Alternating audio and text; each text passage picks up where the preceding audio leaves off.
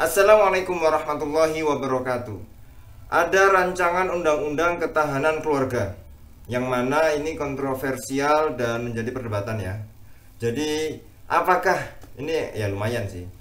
Apakah nanti suami istri itu dalam undang-undang tersebut wajib mencintai? Nah, ini menjadi pertanyaan penting. Sampai urusan cinta saja harus dibuat undang-undangnya. Nah, sekarang parameternya mencintai bagaimana?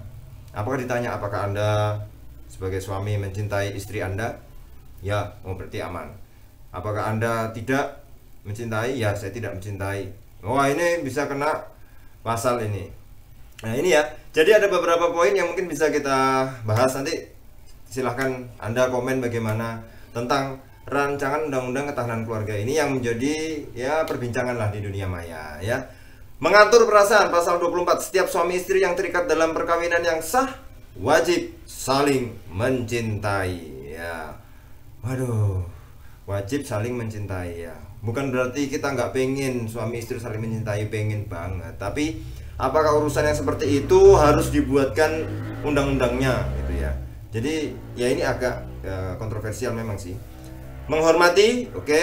Menjaga kehormatan, setia, serta memberi bantuan lahir dan batin yang satu kepada yang lain ya, itu ya. Yang kedua, istri wajib urus rumah tangga. Pasal 25, kewajiban istri sebagaimana dimaksud dalam ayat 1 antara lain wajib mengatur urusan rumah tangga sebaik-baiknya. Ya jelas, itu ya jelas ya. Menjaga keutuhan keluarga, memenuhi hak-hak suami dan anak sesuai norma agama, etika, sosial, dan ketentuan peraturan perundang-undangan. Ya itu ya, oke lah ya. Yang selanjutnya yaitu Pasal 33, tempat tinggal yang layak huni sebagaimana dimaksud pada ayat 1 memiliki karakteristik, jadi ada pemisahan kamar orang tua dan anak, memiliki sirkulasi udara, pencahayaan dan sanitasi air yang baik, memiliki ruang tidur, ketersediaan kamar mandi ya, jadi harus dipisah antara orang tua dan anak. Tapi nggak tahu ini umur berapa anak-anak ini harus dipisah. Memang sebenarnya harus dipisah, tetapi apakah kemudian kalau tidak dipisah nanti bisa dikenai hukuman, kan gitu pertanyaannya. Karena ya kita tahu bahwa tidak setiap rumah di Indonesia ini sudah mampu untuk memisahkan antara orang tua dan anak-anak ya, sejatinya ya memang layaknya harus dipisah. Nah ini menjadi ya, perbincangan dan juga ada beberapa pasal-pasal lain yang kemudian itu tentang ya penyimpangan lah ya, itu harus dilaporkan ya, dan harus orang yang mempunyai aktivitas menyimpang itu juga harus melaporkan diri. Dan menurut saya ini ya seharusnya penyimpangan-penyimpangan seperti ini tidak mungkin orang menyimpang kemudian melaporkan diri ya. Tetapi kalau mungkin ada orang-orang yang di situ dalam keluarga melaporkan keluarganya sendiri ya, ini juga mungkin bisa ya, mungkin bisa tidak. Jadi pertanyaannya adalah bahwa RUU ini masuk ke prolegnas tahun 2020 untuk bisa dibicarakan atau diharmonisasi di DPR sebagai mungkin bisa lahir undang-undang ini di tahun 2020 gitu ya, prioritas ya. Tetapi pertanyaannya apa, ini sedang memicu kontroversial karena ada beberapa pengusul kemudian menarik diri dari pengusul RUU ketahanan keluarga ini. Pada hakikatnya sebenarnya ini adalah kesadaran. Kesadaran itu erat kaitannya dengan pribadi dan keluarga, yang mana pribadi dan keluarga ini harusnya memang melakukan hal-hal tersebut. Tetapi ketika misalnya wajib saling mencintai, ini harus diundang-undangkan. Ya namanya suami istri ya saling mencintai lah. Kalau nggak saling mencintai kan pasti mereka ya mungkin pisah gitu loh ya. Jadi ketika suami istri ya, wajib saling mencintai, ya jelas namanya suami istri kok.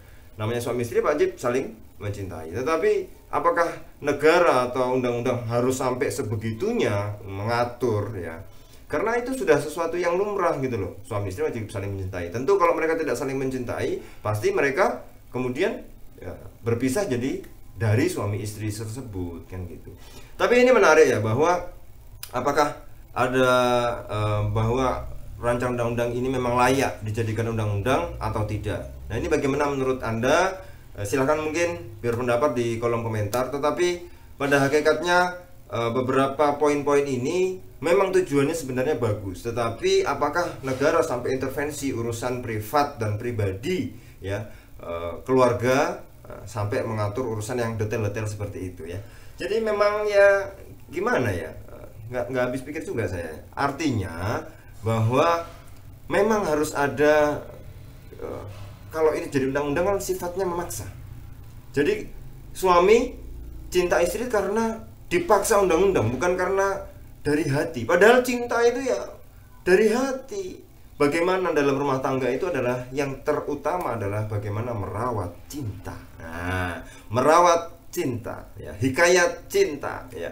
Bagaimana cinta itu terus dipupuk, terus dipelihara, terus bisa abadi dalam rumah tangga. Ya, mudah-mudahan kita semua yang sudah berumah tangga cintanya awet kepada pasangannya, yang suami tetap mencintai istri, yang istri tetap mencintai suami meskipun tanpa undang-undang. Nah, yang belum nikah, yang jomblo, ya, mudah-mudahan segera dapat menikah dan mendapatkan sosok pendamping yang mencintai diri Anda dengan sebaik mungkin dan dengan selama mungkin, ya. Terima kasih para pemirsa, ditunggu komennya di kolom komentar. Kita berjumpa lagi di video berikutnya. Assalamualaikum warahmatullahi wabarakatuh.